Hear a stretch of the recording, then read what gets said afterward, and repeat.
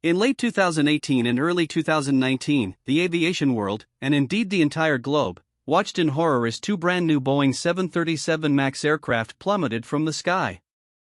On October 29, 2018, Lion Air Flight 610 crashed into the Java Sea shortly after takeoff, killing all 189 people on board.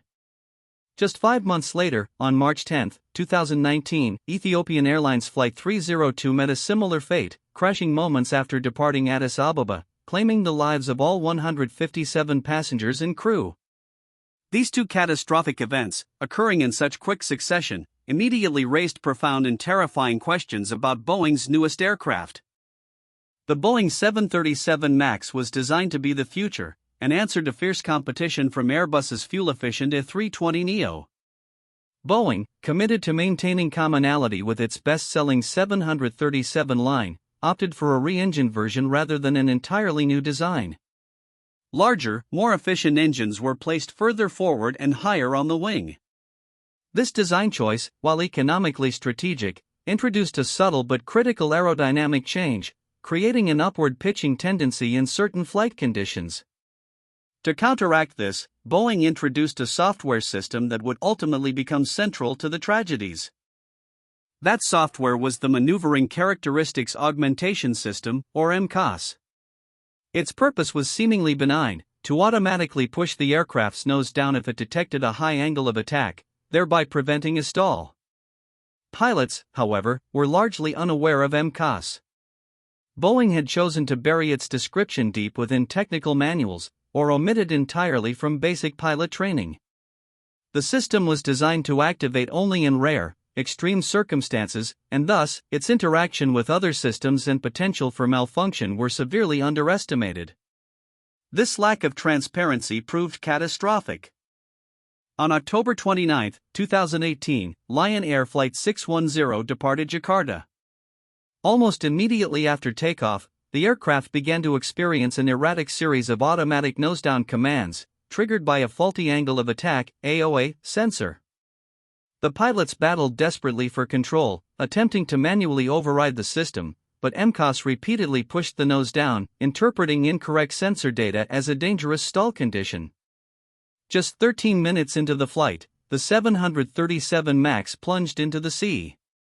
The initial investigation quickly honed in on a series of flight control issues, but the full picture of MCAS's role was not yet clear. 5 months later, on March 10, 2019, the world watched with a chilling sense of déjà vu. Ethiopian Airlines Flight 302, another brand new 737 MAX, took off from Addis Ababa and followed an eerily similar flight profile to Lion Air 610. Within minutes, the aircraft's nose repeatedly pitched down, despite the pilot's valiant efforts to pull it up. Like its predecessor, Ethiopian 302 crashed, killing everyone on board. The striking similarities between the two accidents ignited global alarm. Investigators now had undeniable evidence. This was not a coincidence, it was a systemic flaw within the new aircraft. The subsequent investigations unequivocally identified the MCAS system as the common denominator. Crucially, MCAS was designed to activate based on input from just one of the aircraft's two angle of attack sensors.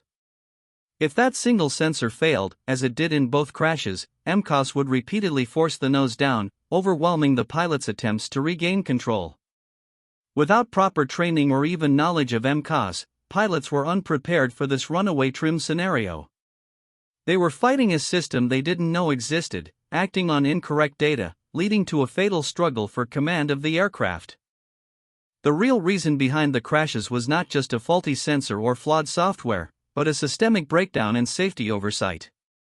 The Federal Aviation Administration, or FAA, had increasingly delegated significant portions of the certification process to Boeing itself.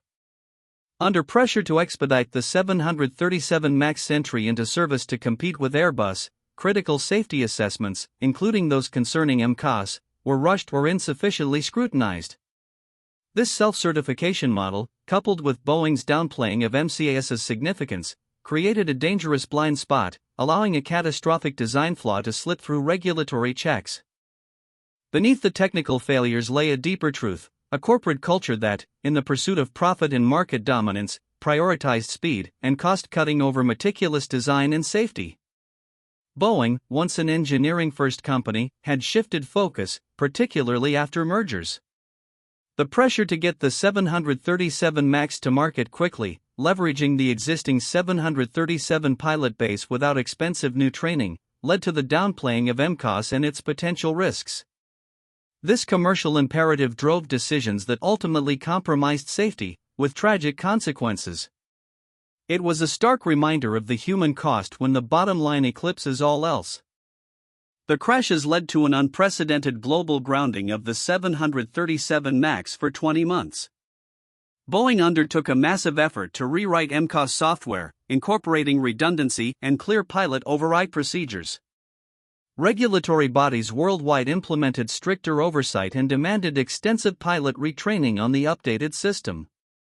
The crisis exposed critical flaws not just in an aircraft, but in the entire system of aircraft design, certification, and oversight. Rebuilding trust in the 737 MAX, and in Boeing itself, remains an ongoing challenge, a testament to the profound lessons learned from these two devastating tragedies.